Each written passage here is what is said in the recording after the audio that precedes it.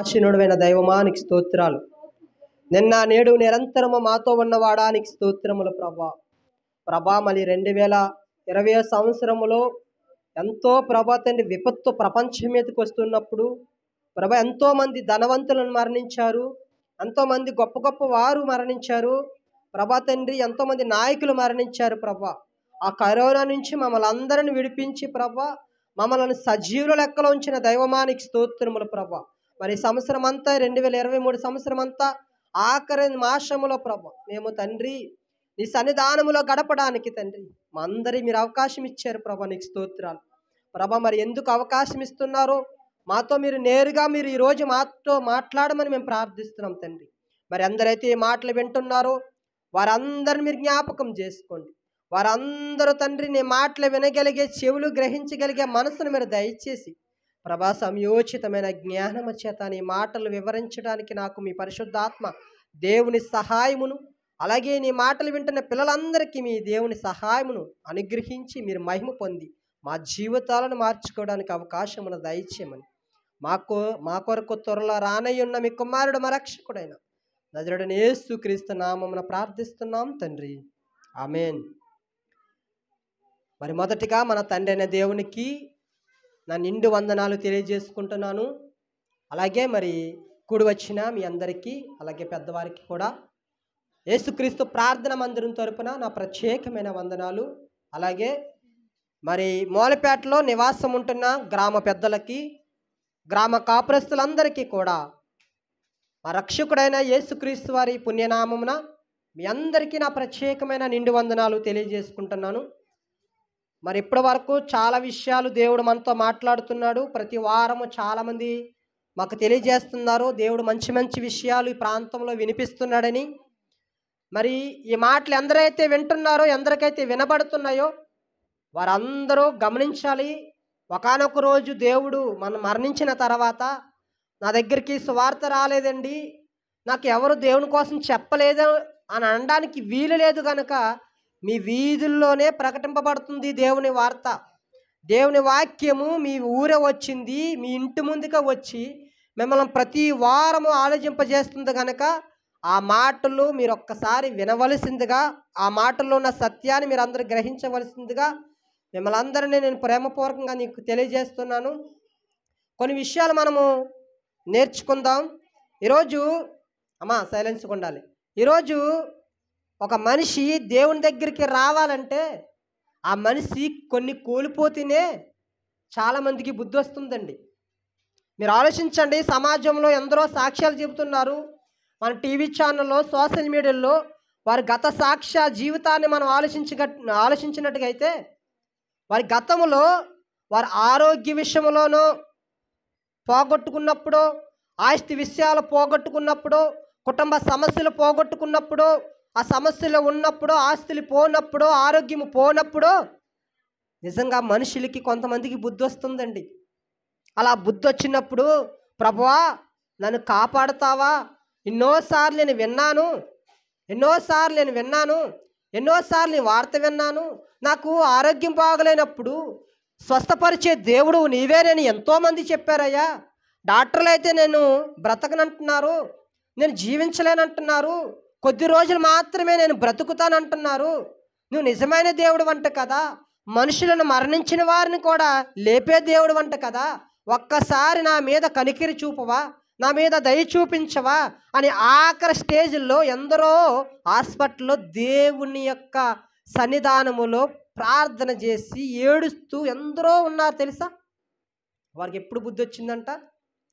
ఆరోగ్యం ఉన్నప్పుడు బుద్ధి రాలేదు, బలం ఉన్నప్పుడు బుద్ధి రాలేదు, ఆస్తి ఉన్నప్పుడు బుద్ధి రాలేదు, అంతస్తులు ఉన్నప్పుడు బుద్ధి రాలేదు, ఎంతమంది జనాంగం ఉందని బుద్ధి రాలేదు.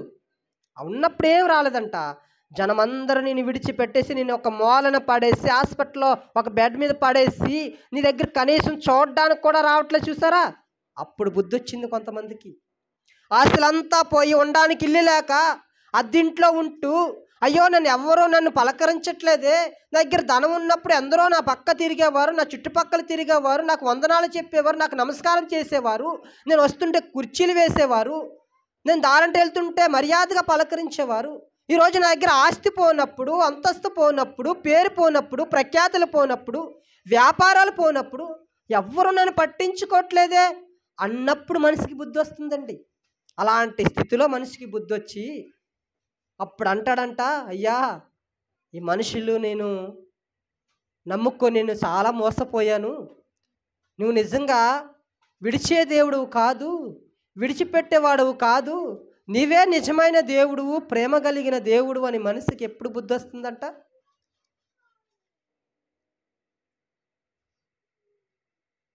ఎప్పుడు బుద్ధి వస్తుందంట? మీరు ఎవరెవరు అల్లరి చేస్తున్నారు, నేను అందరం చూస్తున్నాను, జాగ్రత్తగా వినాలి. మనిషికి ఆరోగ్యం పోయినప్పుడు బుద్ధి వస్తుంది, మనిషికి ధనము పోయినప్పుడు బుద్ధి వస్తుంది, మనిషికి వ్యాపారము ఫలింపలేనప్పుడు బుద్ధి వస్తుంది, మనిషికి బంధువులందరూ ఎవరో దగ్గరికి రాలేనప్పుడు మనిషికి బుద్ధి వస్తుందంటండి. చూద్దాం అలాంటి వారిని కొంతమంది బైబిల్ గ్రంథంలో నుంచి కొంతమందిని మీకు పరిచయం చేయాలని ఆశపడుతున్నాను. సేమ్ యాస్టీజ్గా మనుషులు అదే స్వభావం కలిగిన వారు ఈరోజు సమాజంలో మనం చూస్తున్నాం. దేవుడు అలాగే ఉండిపోమని దేవుడు ఏ మాత్రం చెప్పట్లేదండి. కొంతమంది జీవితాలను మనకు పరిచయం చేయాలని తన పరిశుద్ధ గ్రంథంలో ఎంతో మందిని జీవితాలను రాయించాడు తెలుసా? ఈ గ్రంథంలో ఎంతోమంది జీవితాలను రాయించాడు దేవుడు. ఎందుకో తెలుసా? మనకి బుద్ధి రావాలని. అయ్యా నీకులాగే బలం ఉన్నప్పుడు వెర్రవేగిపోయేవారు ఎందరో ఉన్నారు, నీకు ఇలా ధనం ఉన్నప్పుడు వెర్రవేగిపోయారు ఎందరో ఉన్నారు. కానీ వారు ఆ లాస్ట్ స్థితిలో బుద్ధి వచ్చింది. అలాంటి స్థితిలో నీవు ఉండకు. నీ దగ్గర ధనం ఉండొచ్చు, ఉండకపోవచ్చు, నీ దగ్గర బలం ఉండొచ్చు, ఉండకపోవచ్చు, నీ దగ్గర పేరు ప్రఖ్యాతులు ఉండొచ్చు, ఉండకపోవచ్చు, కానీ ఎట్టి పరిస్థితుల్లోనూ నీవు బుద్ధి కలిగి ప్రవర్తన కలిగి ఉండాలి. చూద్దాం ఒక మాట. న్యాయాధిపతుల గ్రంథము 16వ అధ్యాయము 20వ వచనం నుంచి 28వ వచనంలో ఒక సందర్భం కనబడుతుందండి. ఒక బలవంతుడు కనబడుతున్నాడు. శ్రావణి, అమృత ఈ పక్క వచ్చి, అమృతను. న్యాయాధిపతుల గ్రంథము 16వ అధ్యాయము 20వ వచనం నుంచి 28వ వచనంలో ఒక సందర్భం కనబడుతుంది. ఒక బలమైన ఒక వ్యక్తి కనిపిస్తాడండి. ఎంత బలమైన వాడంటే గతంలో మనం మాట్లాడుకున్నాం కదా, సింహాలను మేక చీల్చినట్టుగా తన దవడను చీల్చేసేవాడు, తన పచ్చి ఎముక దవడతోటి, గాడిద పచ్చి ఎముక దవడతోటి 1000 మందిని మరణించినవాడు, గొలుసులతోటి ఇంతంత లావులు తాళ్ళతోటి ఆయన కట్టేస్తుంటే అవిని నూలు పోము తంపేసినట్టుగా అవిని తంపేసే వ్యక్తి.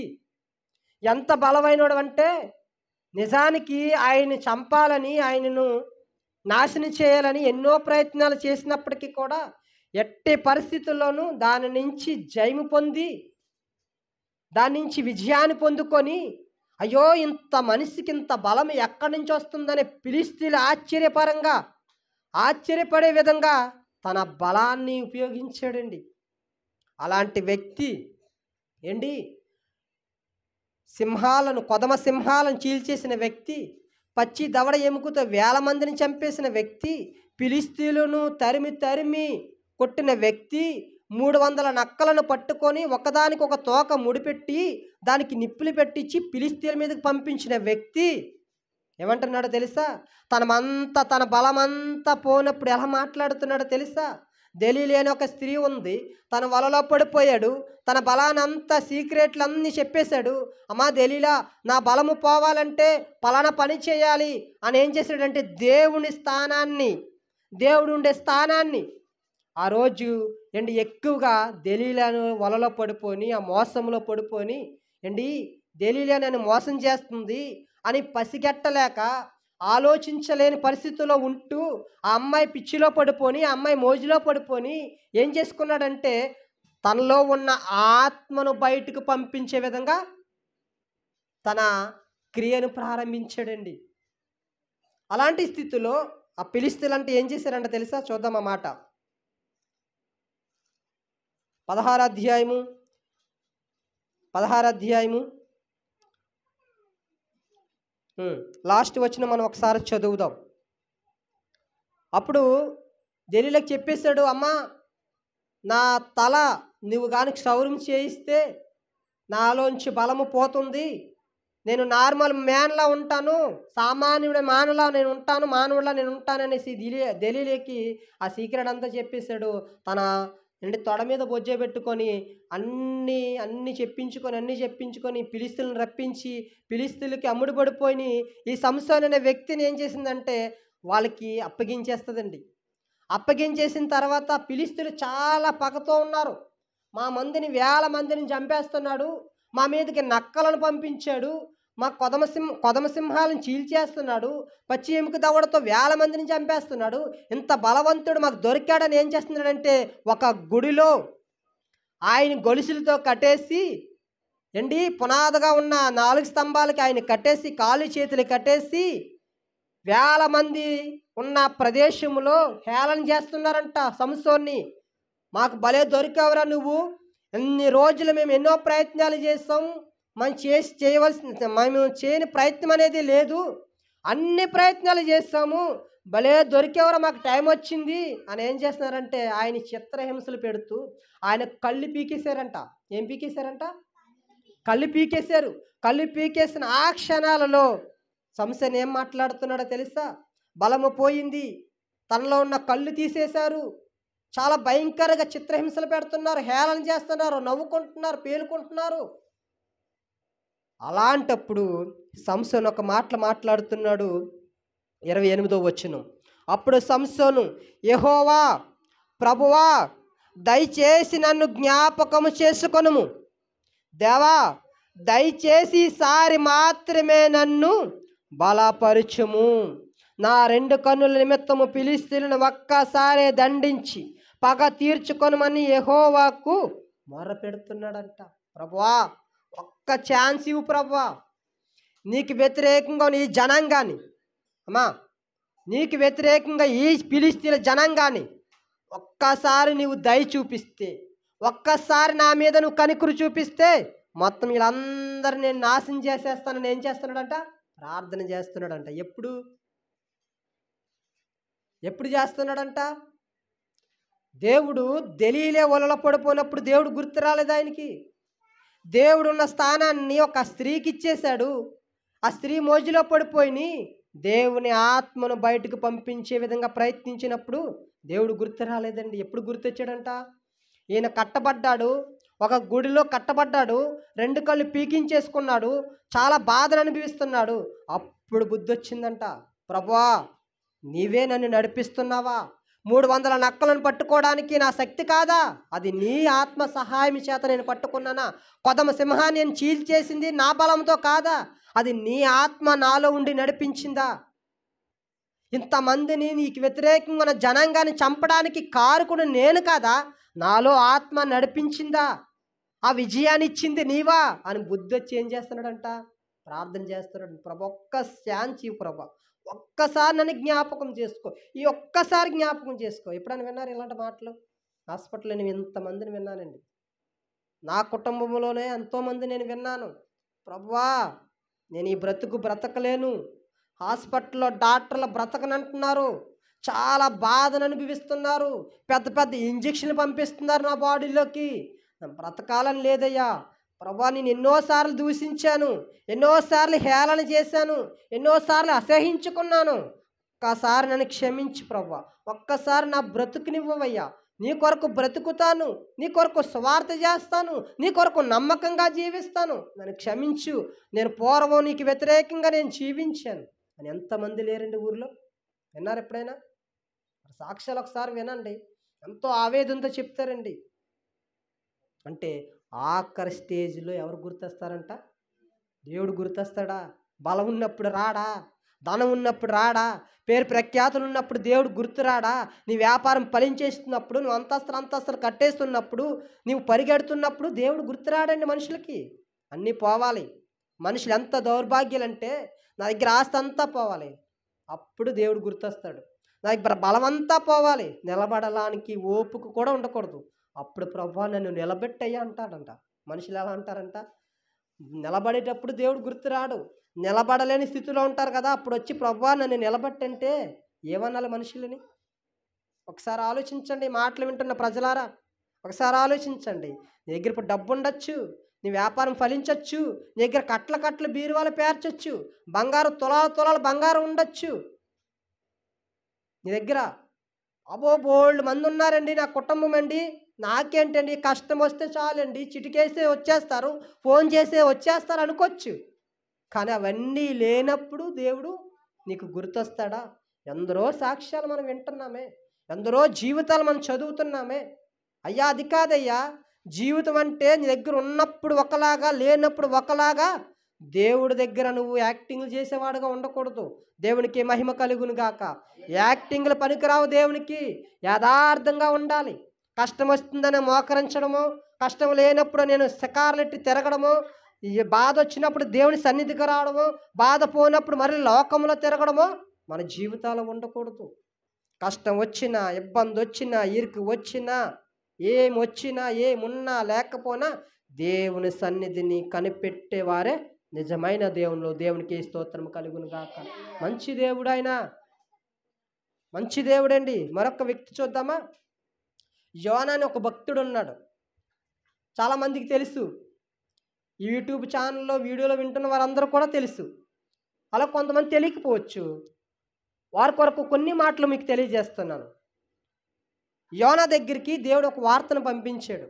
యోనా, అమ్మ జాగ్రత్త వినాలా?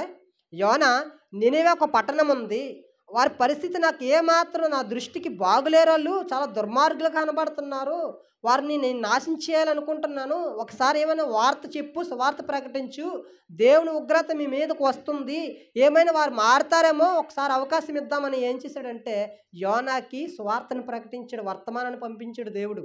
ఏమని పంపించాడు? యోనా ప్రజలను జాగ్రత్తగా ఉండమని చెప్పు, వారి క్యారెక్టర్లు మార్చుకోమని చెప్పు, వారి ప్రవర్తనను మార్చుకోమని చెప్పు, చాలా నీచమైన కార్యక్రమాలు చేస్తున్నారు, చాలా దౌర్భాగ్యులుగా బ్రతుకుతున్నారు, వారిని చూసి ఏమాత్రం నేను చాలా బాధను అనుభవిస్తున్నాను, మార్చుకోమను, వారి పరిస్థితిని మార్చుకోమని చెప్పాడండి. మనం కూడా చెప్తామా? చెప్తాం కదా. సువార్తకి చెప్పరా మీరు? సువార్తకి వెళ్ళే ఉంటాం. దేవుని ఉగ్రత వస్తుంది, దేవుని రాకడ వస్తుంది, దేవుని నమ్ముకున్న వారే పరలోకానికి వెళ్తారు, దేవుని నమ్మలేని వారు అందరూ నరకానికి వెళ్ళిపోతారు మనం చెప్పట్లేదా? చెప్పకపోతే మనం అంత క్రైస్తవులు ఇంకెవరు ఉండరు, ఇంకా చెప్పాలి. అయితే ఎప్పుడైతే యోనాకు వార్త వచ్చిందో ఏం చేశాడంటే, ఆ యోనా నినివే పట్టణస్థులంటే నచ్చదంట ఆయనకి. నచ్చదు కాబట్టి ఏం చేశాడంటే దేవుని మాట వినకుండా ఏం చేశాడంటే తర్సీసు అనే ఊరికి ఓడ వెళ్తుంది, ఆ ఓడకి వెళ్ళిపోతున్నాడు ఆయన. వెళ్ళిపోతున్నాడు. అప్పుడు సందర్భం జరిగింది, తుఫాను వచ్చింది, గాలి వచ్చింది, వాళ్ళందరూ భయపడిపోతున్నారు. అయ్యో ఎవరి వల్ల వచ్చింది తుఫాను, ఇటు ఇంత తుఫాను ఎందుకు వచ్చేస్తుంది, మన దగ్గరే ఉంది, వెళ్ళలేకపోతున్నాము, ఎవరి వల్ల వచ్చేసింది అని ఏం చేశారంటే ఏం చేశాడు? యోనా అయ్యాడంటే యోన లోపల అండి, లోపల పడుకుని ఉంటా యోనాన్ని తీసుకొచ్చి అడుగుతుంటే, ఈ ఉగ్రత నా వల్ల వచ్చిందేమో అనేసి సీట్లు వేసుకుంటారు. అప్పుడు యోనా పేరు వస్తుంది. అప్పుడు అంటాడు యోనా, నన్ను నీటిలో పడేయండి. అమ్మ చూసారా టీవీలో, మొన్న చూశారు కదా టీవీలో, ఆ యోనా నీటిలో పడేస్తే సముద్రం తుఫాను అణిగిపోతుంది, ఏమీ రాదనేసి యోనా చెప్పడం జరిగింది. అన్నీ జరుగుతున్నాయి. అయితే ఈ నెనివే పట్టణస్థులకి ఎప్పుడు బుద్ధి వచ్చిందంటే ఒక మాట చూద్దాం. యోనా గ్రంథము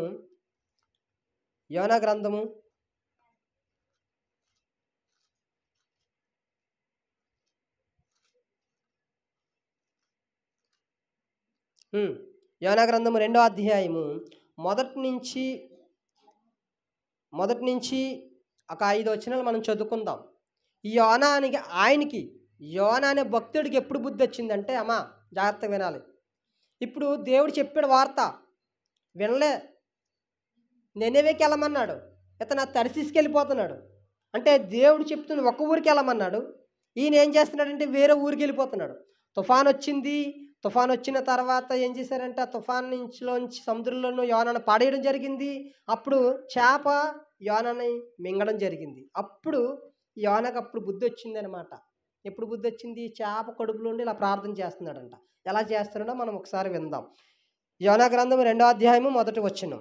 ఆ మత్స్యమును కడుపులో నుండి యోనా యెహోవాని ఇలాగ ప్రార్థిస్తున్నాడంట. ఎక్కడుండి ప్రార్థిస్తున్నాడంట? సన్నిధిలో ఉండి కాదు, ఊరిలో ఉండి కాదు, భూమి మీద ఉండి కాదు, ఇంట్లో ఒక పక్క గది తీసుకొని ఎవరు లేనప్పుడు తలుపులు వేసుకొని దేవుడికి ప్రార్థన చేయట్లేదు. చూడండి, చాలామంది అపాయం రావాలి, కష్టం రావాలి, కన్నీరు రావాలి, ఇబ్బందులు రావాలి. భర్త చచ్చిపోతాడన్నప్పుడు దేవుడు గుర్తొస్తాడు. అప్పుడే కారుస్తాం కన్నీరు.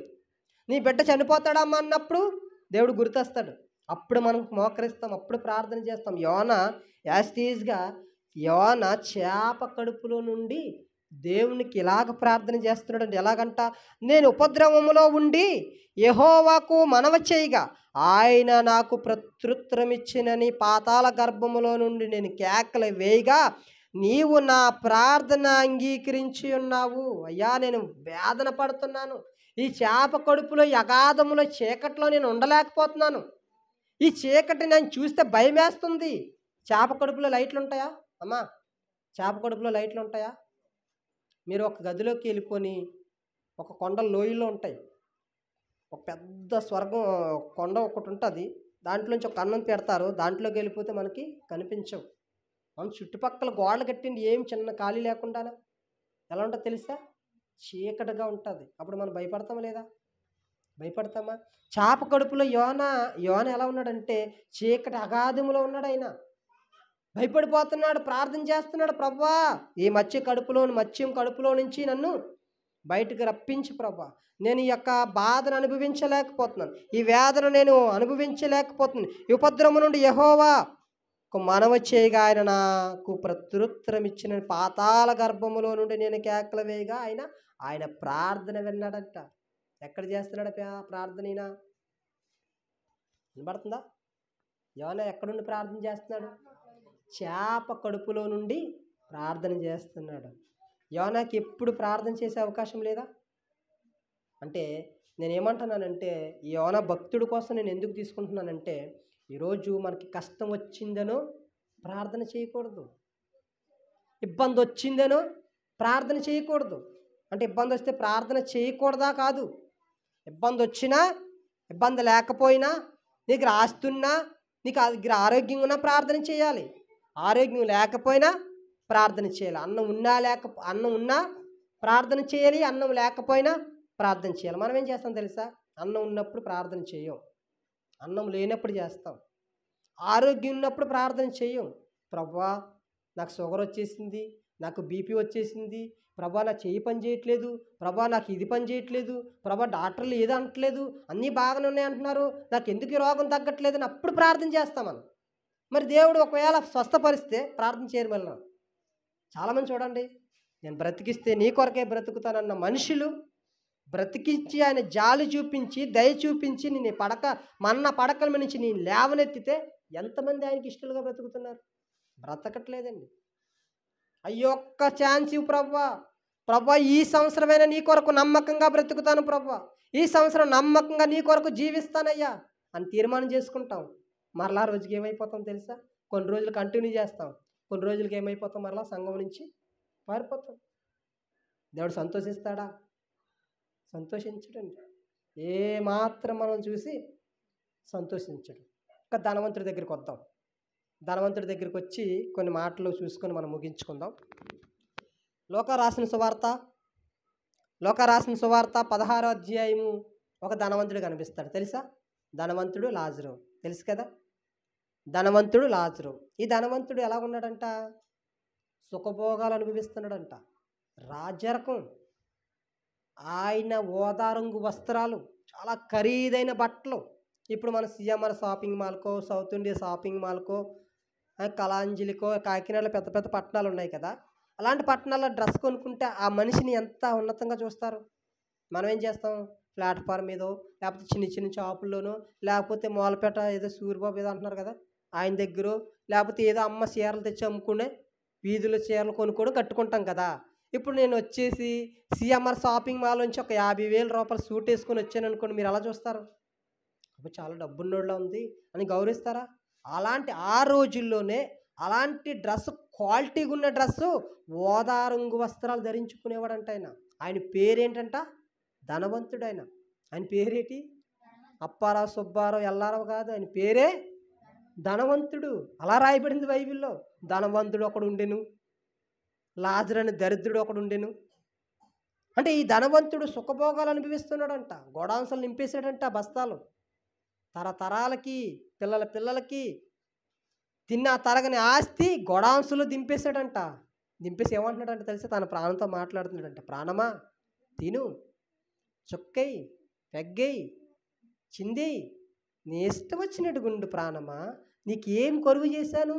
గొడాంసులో సరుకుంది, బీరువాల కట్టలున్నాయి, బంగారం ఉంది, ఎంతోమంది పనికత్తులు ఉన్నారు, ఎంతోమంది పనివారు ఉన్నారు. ఆయన తినాలనుకుంటే ఎలాంటి భోజనమైనా ఎలాంటి దేశం నుంచి అయినా తెప్పించుకోగలడు. సింహం కావాలా, లేడు కావాలా, జింక కావాలా, ఏ మాంసం కావాలి, ఎక్కడా దొరకలేని మాంసం కూడా ఆయన కొని తెచ్చుకునే స్థాయిలో ఉన్న వ్యక్తి. అప్పుడు దేవుడు గుర్తు రాలేదు ఆయనకి. తాగుతున్నాడు, తింటున్నాడు, తిరుగుతున్నాడు, కోట్ల ఆస్తి ఉంది, ఎంతో ఆస్తి ఉంది. ప్రాణంతో అంటున్నాడు, ప్రాణమా తినుము, తాగుము, సుఖించుము, నీకు సరిపడంత ఆస్తి నేను సమకూర్చానని తన ప్రాణంతో తానే చెప్పుకుంటున్నాడు అంటే. అలాంటి వ్యక్తి ఏ మాత్రం ఎప్పుడు దేవుడు గుర్తు రాలేదు ఆయనకి. ఈరోజు మనుషులు కూడా అలా ఉంటారు కదా. ఎమ్మెల్యే దగ్గరికి వెళ్ళి, ఎమ్మెల్యే గారు యేసుప్రభు నమ్ముకోండి మీరు బాగుంటారంటే, ఆల్రెడీ నేను బాగున్నానమ్మా, మంచి స్థాయిలో ఉన్నాను, మంచి ఆస్తి ఉంది, మంచి మంచి సెంటర్లో మంచి మంచి పొలాలు ఉన్నాయి, సెంటర్లో ల్యాండ్స్ ఉన్నాయి, చాలా ఫ్యాక్టరీలు ఉన్నాయి, చాలా కంపెనీలు ఉన్నాయి అని అంటారా? ఇప్పుడు ఆయన సూర్యనారాయణ రెడ్డి గారు ఎవరు ఉన్నారు కదా, ఫ్లెక్స్లు అంటిస్తున్నారు. ఆయన దగ్గరికి వెళ్ళి చెప్తే సువార్త వింటాడా? నాకేం తక్కువ, హ్యాచరీస్లు అన్నీ నాయే. నేను మొన్న ఆశ్చర్యపోయాను, ఎక్కడికి చోడుపులిపేట దగ్గర నుంచి లైట్ హౌస్ వరకు ఆ ఫ్లెక్స్లు అయినాయి. ఆ ఫ్లెక్స్లకి ఎంత డబ్బు అయి ఉంటుందో అనిపించింది నాకు. ఆయన కోసం నాకు తెలియదు కానీ ఇక్కడ ఉన్నవారు చెప్పారు, సగం ఫ్యాక్టరీలు ఆయనయే, చుట్టుపక్కల ఉన్న ఫ్యాక్టరీలు అన్నీ ఆయనయే అనేసి ఆయన కోసం చెప్తుంటే ఆశ్చర్యం అనిపించేసింది. ఇప్పుడు ఆయన దగ్గరికి వెళ్ళి బైబిల్ పట్టుకెళ్ళి, అండి సూర్యనారాయణ రెడ్డి గారు మీరు యేసుప్రభు నమ్ముకోండి, మీరు జీవితం బాగుంటుంది అంటే ఏమంటారు తెలుసా? నేనే 10 మందికి జీవితాలు బాగు చేసే స్థితిలో ఉన్నాను, నా జీవితం ఇంకా బాగోవడం పెట్టి అని అంటాడు కదండి. సేమ్ ధనవంతుడు కూడా ఆ దగ్గరికి వెళ్ళి, ధనవంతుడా నువ్వు ప్రభువుని నమ్ముకో, దేవుని సన్నిధికి వెళ్ళు, సంతోషంగా ఉంటావంటే, అదేంటి గోడాంశంలో నాకు సరుకుంది, తినవలసిన వస్త్రాలే, వేసుకోవలసిన వస్త్రాలు ఉన్నాయి, నాకు అంత సరిపడిన ఆస్తి ఉంది, ఇంకా నాకు సంతోషం పెట్టి అయినా నా ప్రాణంతో అంటున్నాను, ప్రాణమా తిను, తాగు, నీ ఇష్టం వచ్చినట్టు గుండు అని తన ప్రాణంతో చెప్పుకుంటున్న వ్యక్తి దగ్గరికి వెళ్ళి సువార్త చెప్తే వింటాడా? వినడు. మనుషులు కూడా అంతేనండి. కానీ ఒకానొక రోజు గుర్తొస్తుంది తెలుసా? ఏ వ్యక్తికైనా ఈ మాటలు వింటున్న ప్రజలు ఒకసారి ఆలోచించండి, ఏదో ఒక వ్యక్తికి ఏదో ఒక టైం అనేది వస్తుంది చూసారా, అప్పుడు గుర్తొస్తాడండి దేవుడు. అప్పుడు నువ్వు ఎంత ఏడ్చినా, ఎంత కన్నీరు కార్చినా, ఎంత గుండెలు బాదుకున్నా చీపు అంటాడు దేవుడు. ఎందుకో తెలుసా? నీ దగ్గర డబ్బు ఉన్నప్పుడు నువ్వు గర్వించావు, నేను ఎన్నోసార్లు సువార్తను ప్రకటించాను, నీకు ఎన్నోసార్లు బైబిల్ పట్టుకొని కరపత్రికలు ఇచ్చారు నా పిల్లలు, ఎన్నోసార్లు ఈ కొరకు ప్రార్థన చేస్తామని రిక్వెస్ట్ కోరారు, వారందరినీ పంపించేస్తావు. సిగ్గు లేకుండా నీ దగ్గర ఆస్తి అంతా పోనప్పుడు నా దగ్గరికి వచ్చి నాకు క్షమించంటావా? సిగ్గుందా అని అంటాడండి దేవుడు. అలాగన్నాడు ధనవంతుని. చూద్దామా ధనవంతుడి కోసం ఏమని రాయబడిందో తెలుసా? నిజంగా ఎంత ఏడుస్తున్నాడో, ఎంత బాధను అనుభవిస్తున్నాడో ఎవరో తీర్చలేని బాధ ఆయన. ఏమంటున్నాడు తెలుసా? 16వ అధ్యాయము లోకాగా రాసిన సువార్త. చనిపోయాడండి, ఒకానొక రోజు చనిపోయాడా లేదా? ధనవంతుడు చనిపోయాడు, మనం చనిపోతాం. అప్పుడు అర్థమవుతుంది. ఒకవేళ ఏ మాటలు ఉన్న ప్రజలారా, ఏ మాలపేటలో నివాసం ఉంటున్నవారా, మీ అందరికి ఒక సలహా ఇస్తున్నాను. ఏంటంటే, ఒకవేళ మీ దగ్గర ఆస్తి ఉన్నప్పుడు, మీ దగ్గర బంగారం ఉన్నప్పుడు, మీ దగ్గర బలగం ఉన్నప్పుడు, మీ దగ్గర ఆరోగ్యం ఉన్నప్పుడు, మీరు ఒకవేళ మరణిస్తే, మనం ఏమనుకున్నాము? ఆస్తి పోనప్పుడే దేవుడు గుర్తొస్తాడు, బలము పోనప్పుడే దేవుడు గుర్తొస్తాడు, అంతస్తు పోనప్పుడే దేవుడు గుర్తొస్తాడు అని చెప్పుకున్నాం కదా. ఒకవేళ వారు చచ్చినంత వరకు సుఖభోగాలతో అనుభవించిన, వారికి ఏ లోటు లేకుండా బంగారం అలాగే ఉంది, డబ్బు అలాగే ఉంది, బలం అలాగే ఉంది, ఆస్తి అలాగే ఉంది, కుటుంబం అంతా అలాగే ఉంది, ఒకానొక రోజు మరణిస్తాడా లేదా? మరణం రుచి చూడక బ్రతుకు నరుడెవడని బైబిల్ చెబుతుంది. పోనీ బైబిల్ చెప్పింది అబద్ధమైతే మన తాతలు ఉన్నారా? మన తాతలు ఉన్నారా? ఎవరు లేరు కదా. అందరూ మరణిస్తారు, మనం కూడా ఇది మరణిస్తాం, అది అందరికీ తెలిసిన సత్యం. అలాగే ఈ వ్యక్తి ఉన్నంత వరకు ధనం ఉంది, డబ్బు ఉంది, పేరుంది, ప్రఖ్యాతి ఉంది, అంతా అన్నీ ఉన్నాయి. అలాంటప్పుడు మరణించిన ఆయన ఏమంటున్నాడో తెలుసా? చూద్దాం. 16వ అధ్యాయము 23వ వచనంలో ఆయన మరణించిన తర్వాత ఏం జరిగిందంటే, అప్పుడు అతడు పాతాళములో బాధపడుతున్నాడంట. ఎవరు? ధనవంతుడు. ఎక్కడ బాధపడుతున్నాడంట? పాతాళములో. అమ్మ జాగ్రత్తగా వినాలి, మీకోసమే. పాతాళములో బాధపడుతుంచు కనిలెత్తు దూరము నుండి అబ్రహామును రొమ్మున అనుకున్న లాజరును చూసి అప్పుడు అంటున్నాడంట, తండ్రి అయిన అబ్రహామా, తండ్రి అయిన అబ్రహామా, నా మీద కనికరం చూపవయ్యా, కనికరం చూపవయ్యా. ఈ వేదన నేను పడలేకపోతున్నాను, ఈ బాధ నేను అనుభవించలేకపోతున్నాను, ఈ వేడిని నా బాడీ తట్టుకోలేకపోతుంది. ఒక్కసారి కనికరించవా, ఒక్కసారి కనికరించి. నీ దగ్గర ఉన్నాడే లాజరు, ఆ లాజరు చిన్ని ఈ చిటిక నీళ్ళతో నీటిలో ముంచి ఒక చుక్క నా నాలికి తడపవా. ఏమడుగుతున్నాడంట? చుక్క, నీళ్ళు కాదు, చుక్క చుక్క, ఒక నీటి చుక్క. ఆ చెమ్మ ఉంటుంది కదా, లేకపోతే ఆ చుక్క ఉంటుంది కదా, ఇప్పుడు మనం వాటర్లో వేస్తున్నప్పుడు చిన్న చుక్కలు పడుతుంటాయి డ్రాప్స్, అవి తన నాలికి ఇమ్మంటున్నాడంట. అంటే దాహం వేస్తుంది, వేదన పడుతున్నాడు. చూడండి, మన ఎండాకాలంలో ఎండలో తిరుగుతున్నప్పుడు ఏమేస్తుంది? దాహం వేస్తుందా? అప్పుడు ఏంటంటే మంచినీళ్ళు అడుగుతాం. ఆ మంచినీళ్ళ కొరకు మనం ఎంత ఆతృతంగా వెళ్తుంటాం. మంచినీళ్ళు కావాలి, మంచినీళ్ళు కావాలి, ఉండలేకపోతున్నాను, నోరు ఆరిపోతుంది అంటాం కదా. అంతకంటే వేల రెట్లు బాధను అనిపిస్తున్నాడంట. ఎవరు? ధనవంతుడు. చుక్క అడుగుతున్నాడంట. మరి భూలోకలు ఉండేటప్పుడు గొడాంసలో నిన్నబెట్టేసుకున్నాడు సరుకు, తాగమంటున్నాడు, తన ప్రాణంతో తినమంటున్నాడు. వస్త్రాలు ఇష్టం వచ్చిన వస్త్రాలు వేసేసుకో, ఏ మోడల్ దిగుతుందో ఆ మోడల్ వేసుకో అని తన ప్రాణంతోనే వ్యక్తి చనిపోయిన తర్వాత ఏమడుగుతున్నాడంట?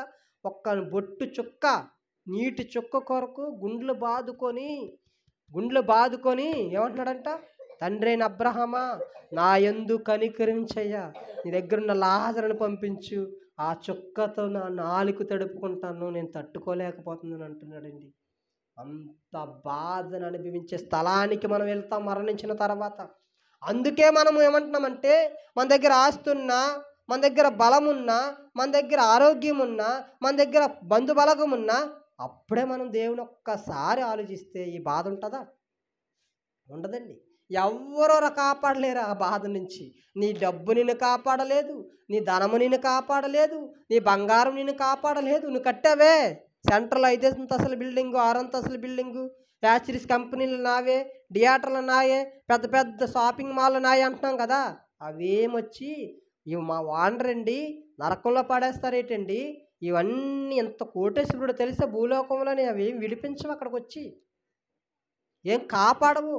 లేకపోతే నీ అన్నదమ్ములు ఉన్నారు, ఇంతమంది ఉన్నారు, మంది ఉంది, ఈ మంది అందరూ వచ్చేసి మా అన్నయ్యని ఏంటి నరకంలో పడేస్తున్నారు, ఇలా ఇచ్చేయండి మా ఇంటికి వెళ్ళి తీసుకెళ్ళి పెంచుకుంటామని అనడానికి వీలుండదు. అక్కడ ఏముండదు.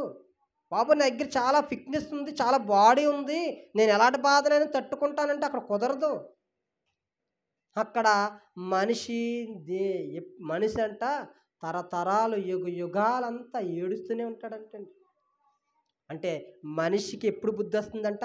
మన టైటిల్ ఏంటి? మనిషికి ఎప్పుడు బుద్ధి వస్తుంది? అన్నీ పోయినప్పుడు కదా, లేకపోతే పాతాళంలో ఏడుస్తున్నప్పుడు కదా. లాజరుకి ఎప్పుడు బుద్ధి వచ్చింది?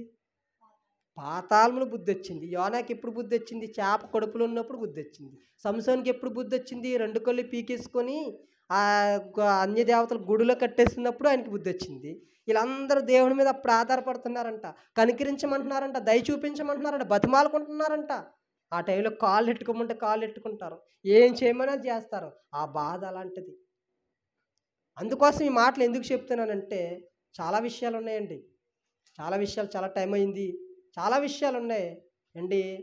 మనం ఆరోగ్యం ఉన్నప్పుడే మనం ఒక్కసారి ఏంటి అసలు ఈ దేవుడు సంగతి ఏంటి, ఈ దేవుడి స్టోరీ ఏంటి, అసలు ఈ దేవుడి జీవితం ఏంటి, ఇంత గొంతుచించుకొని ప్రతి వారం మా బుర్రలు తీసేస్తున్నారు, మా ఇంట్లోకి వస్తున్నారు, మేము కొట్టేసిన వస్తున్నారు, మేము తరిమేసిన వస్తున్నారు, కరపత్రికలు అంటున్నారు, ప్రార్థన చేస్తానంటున్నారు, వీరికి ఏమేమి జీతాలు ఇవ్వట్లేదే, ఏం కానుకలు ఇవ్వట్లేదే, ఎందుకు ఎండలో తిరుగుతున్నారు చంటి పిల్లలు వేసుకొని, ఎందుకు ఊరు వాడ క్రీస్తు పుట్టాడని ప్రతి ఇంటికి వచ్చి వార్త చెప్తున్నారంటే, ప్రతి ఇంట్ల మీద ప్రతి చర్చిల మీద స్టార్లు పెడుతున్నారంటే, ఏంటి లైటింగ్ పెడుతున్నారేంటి, ఏంటి క్రిస్మస్ అంటే ఏంటి, అసలు క్రీస్తు అంటే ఏంటి, అసలు దేవుడు అంటే ఏంటి అని ఒక్కసారి మీకు ఆలోచన వస్తే ఖచ్చితంగా దేవుడు మీ హృదయాలను తెరిచే దేవుడు గనక ఒక్కసారి అవకాశం ఇస్తే ఆయన ప్రేమ ఏంటో మనకు అర్థమవుతుంది, ఆయన త్యాగం ఏంటో మనకు అర్థమవుతుంది, ఆయన జాలేంటో మనకు అర్థమవుతుంది, ఆయన దయ ఏంటో అర్థమవుతుంది. ఆయన నిజంగా ఎంత మానవుల పట్ల ఎంత తగ్గింపు కలిగి ఉన్నాడో, ఎంత ప్రేమ కలిగి ఉన్నాడో ఈ విషయాలన్నీ మనకు అర్థమవుతాయండి. మరి ఈ యొక్క క్రిస్మస్ సందేశములో మనిషికి ఎప్పుడు బుద్ధి వస్తుంది అంటే, అన్నీ పోనప్పుడు బుద్ధి వస్తుంది. మేమేమంటున్నామంటే, ఈ మాలపేట ప్రాంతాన్ని ప్రేమించి, వీధిని ప్రేమించి, అయ్యా మీ దగ్గర ఏమి పోనప్పుడు మీకు బుద్ధి తెచ్చుకోవడం కాదు, మీ దగ్గర అన్నీ ఉన్నప్పుడే ఒక్కసారి ఆలోచించండి, ఒక బుద్ధి కలిగి ఉండండి, మంచి నిర్ణయం తీసుకోండి. మనం మరణించిన తర్వాత మనం విడిపించే నాథుడు ఉండడు, మనం కాపాడేవాడు ఉండడు ఈ లోకంలో. ఆ లోకంలో మనకి ఎవరికి విడిపించేవాడు ఎవడ రావడానికి అవకాశం లేదు. అక్కడ ఏడుపు పండ్లు కొరికి ఆత్మ చావదంట ఏంటి, పురుగు అగ్ని ఆరదంట, పురుగు చావదంట, ఎప్పుడు కాలుతూనే ఉంటామంట.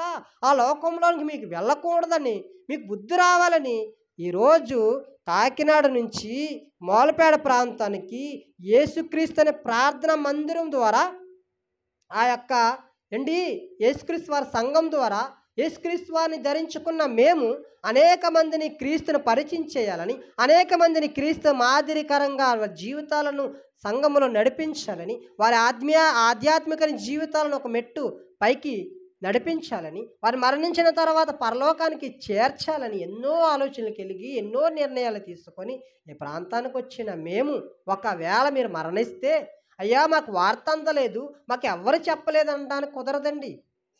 ఈ వీధిలో ఉన్న వారు అందరూ అన్ని జనులు ఉంటే ఒకవేళ వారు మరణించిన తర్వాత ఖచ్చితంగా ఏ వారం ఏ వాక్యం వినబడిందో ఖచ్చితంగా ఆయన చూపిస్తాడు. అప్పుడు మనం ముఖం ఎక్కడ పెట్టుకుంటాం? తలదించుకుంటే అక్కడ ఎవరికి అవమానం? ఆయన దగ్గర సమాధానం మన దగ్గర ఉంటుందా? మనం కూడా అంతేనండి. కష్టం వచ్చిందనో మోకరించడం కాదు, ఇబ్బంది వచ్చిందనో మోకరించడం కాదు. మన దగ్గర ఆరోగ్యం ఉందా? ఆయన కొరకు పరిగెట్టు. ఆరోగ్యం లేకపోయినా ఆయన కొరకు ఆలోచించు. మన దగ్గర డబ్బు ఉందా? ఆయన కొరకు ఖర్చు పెట్టు. డబ్బు లేదా? ఆయన కొరకు విధేయత కలిగి జీవించు. మన దగ్గర అందం ఉందా? ఆయన కొరకు ఖర్చు పెట్టు. మన దగ్గర అందం లేకపోయినా ఆయన కొరకే జీవించు. ఇలా మనిషి ఉంటే నిజమైన క్రిస్మస్ దేవుడు అక్కడ సంతోషిస్తాడు. మన జీవితంలో నిజమైన క్రిస్మస్ జరుపుకునేవారు. పండగ వచ్చిందని ఒకలాగా, పండగ పోతే ఒకలాగా, క్రీస్తు వచ్చాడని ఒకలాగా, క్రీస్తు వెళ్ళిపోయాడని మరొకలాగా అని మనం ఇష్టం వచ్చినట్టుగా ఉండకూడదండి. పండగ వచ్చిందా? సంతోషంగా ఉన్నామా? రేపు కూడా సంతోషంగా ఉండాలి, ఎల్లుండి కూడా సంతోషంగా ఉండాలి, ఎప్పుడు సంతోషంగానే ఉండాలి. యేసు ప్రతి సంవత్సరం, ప్రతిరోజు, ప్రతి నిమిషం, ప్రతి సెకండ్ కూడా మన హృదయంలో పుట్టాలైనా. డిసెంబర్ 25నో క్రీస్తు నేడు పుట్టెను హల్లెలూయా అని మాత్రమే కాదు, ప్రతిరోజు మన హృదయంలో ఆయన పుడితే, ప్రతిరోజు మన హృదయంలో ఆయన ఉంటే నిజమైన క్రిస్మస్ ప్రతిరోజు మనం చూస్తామండి. అట్టి యొక్క ధన్యత దేవుడు మన అందరికీ అనుగ్రహించేలాగా. అలాగే అదేవిధంగా రేపు కూడా ఇక్కడ ఆరాధన, క్రిస్మస్ ఆరాధన జరుగుతుంది కనుక మరి ఈ యొక్క స్థలానికి మిమ్మల్ని అందరినీ సాయంత్రం వెళ్దాం, కొంతమంది కుటుంబాలకి పిలుద్దాం, అందరినీ యొక్క క్రిస్మస్ వేడుకలు మనం అందరము వారందరిని పిలిచి మంచి వాక్యాన్ని వారందరి కొరకు వినిపిద్దాం. మరి ఇప్పటి వరకు చాలా మంచి విషయాలు విన్నారు కదా. మనిషికి ఎప్పుడు బుద్ధి రావాలంట? అన్నీ ఉన్నప్పుడు బుద్ధి రావాలి, ఏమీ లేనప్పుడు బుద్ధి రావడం కాదు. అన్నీ ఉన్నప్పుడే బుద్ధి వచ్చి దేవుని మందిరానికి వస్తే మన జీవితాలు బాగుంటాయి, మన కుటుంబాలు బాగుంటాయి. మనం మరణించిన తర్వాత కూడా మన నిత్య రాజ్యములో నెమ్మది పొందే స్థలంలో లాజరు ఎలాగైతే ఉన్నాడో అబ్రహాము రొమ్మున మనం కూడా అలాగుంటాం కనుక దేవుడు మనల్ని ప్రేమించి ఎన్నో విలువైన విషయాలు చెప్పిన ఆ దేవాది దేవునికి నా నిండు వందనాలు తెలియజేసుకుంటే చిన్న ప్రార్థన చేద్దాం. మహాపరిశుద్ధుడమైన ప్రభా, నీకు స్తోత్రాలు, నీకు వందనాలు చెల్లించుకుంటున్నాం తండ్రి. నిన్న నేడు నిరంతరము మాతో ఉన్న దైవమా నీకు స్తోత్రాలు. మమ్మల్ని ఎంతగానో ప్రేమించిన ప్రభా నీకు స్తోత్రాలు. మనిషికి ఎప్పుడు బుద్ధి రావాలో ఈరోజు మాకు నేర్పించినందుకు మీకు స్తోత్రాలు. ప్రజలు అనుకుంటున్నారు, దేవా నాకేం తక్కువ, నా దగ్గర వ్యాపారం ఉంది, నా దగ్గర బలం ఉంది, నా దగ్గర ధనం ఉంది, నా దగ్గర బంగారం ఉంది, ఉండడానికి ఇల్లు ఉంది, అన్నీ ఉన్నాయి, నాకెందుకు ఆ దేవుడు అనేవారు చాలామంది ఉన్నారు ప్రభా. తండ్రి అవేమి ప్రభా మమ్మల్ని రక్షించలేవు ప్రభా, అవేమి ప్రభ తండ్రి పాతాళం నుంచి మమ్మల్ని విడిపించలేవు ప్రభా. కేవలం నీ సువార్త మాత్రమే మమ్మల్ని రక్షిస్తుంది. నీ వార్త మాత్రమే మమ్మల్ని కాపాడుతుంది ప్రభా. నీ రక్షణ మార్గమే ప్రభా నిత్య రాజ్యంలోనికి మమ్మల్ని చేరుతుంది కనుక ప్రభా ఎన్నో విలువైన మాటలు ఈరోజు మాతో మాట్లాడినందుకు మీకు స్తోత్రాలు. మరి తండ్రి సమానులు ప్రభా పెద్దవారు ఎంతగా ప్రేమించి ప్రభా స్థలానికి వచ్చినందుకు ప్రభా రప్పించినందుకు మీకు స్తోత్రాలు ప్రభా. వారి కుటుంబాలు మీరు దీవించండి. వారు చేస్తున్న పనిపాట్లను మీ కాపుదల భద్రతను మీరు దయచేయండి. అలాగే ప్రభా మరొక సహోదరి ప్రతి వారము తండ్రి ఇక్కడ ఉన్న ప్రతి వారము తండ్రి మందిరానికి వస్తుంది. తల్లిగారిని కూడా మీరు జ్ఞాపకం చేసుకోండి. ఆ బిడ్డను ప్రభా తండ్రి చిన్న బిడ్డను మీరు జ్ఞాపకం చేసుకోండి. ఆయు ఆరోగ్యాలు ఇవ్వండి ప్రభా. సంతోషాలతో నింపమని మేము ప్రార్థిస్తున్నాం తండ్రి. మందిరములు అడుగు పెడుతున్న ప్రతి చిన్న బిడ్డను మీరు జ్ఞాపకం చేసుకోండి అయ్యా.